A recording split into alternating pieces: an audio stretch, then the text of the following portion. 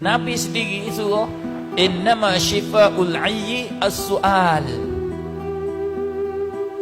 Untuk merawati, mengubatkan kejahilan, tak reti gak kena soal, tak boleh jadi tok guru. Kalau jahil jangan jadi tok guru, kena soal.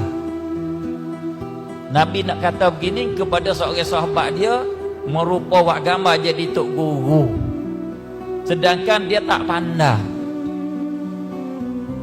Seorang sahabat dia, satu golongan sahabat dia sapi. Di dalam sapi seorang tu kena batu, kepala dia pecah. Tiba-tiba kepala pecah pun tidur malam tu nyemipi keluar air mani. Musim sejuk. Pas nak maya subuh nak buat lagu mana ni dia ni? Nak mandi ke, nak tayamum ke, lagu mana? Tanya fak kalangan sahabat. Sahabat jawab kata, idza qumtum ila shalah faghsilu wujuhakum wa in kuntum junuban fatahharu. Kalau junub kena mandi. Kena mandi. Tak boleh jalan lain dah. Pergi dengan Quran juga dia pun sahabat tu.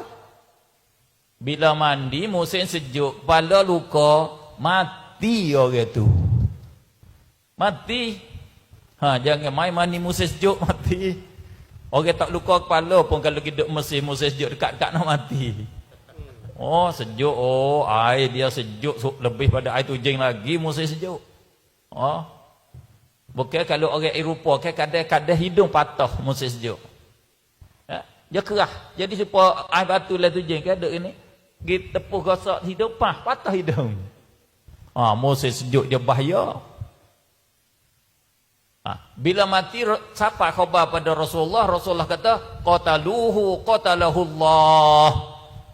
Rasulullah kata puak ni bunuh seorang ni, mintalah Allah bunuh, laknat orang hak bunuh dia ni. Innama syifa'ul 'ayyi as-su'al. Kalau tak reti jangan duk ketua, kena tanya orang. Suruh taklid, jangan duk jadi tok guru kalau tak pandai. Ni fak kita ramai nak jadi tok guru hari ni sebab ngaji dengan Wahabi.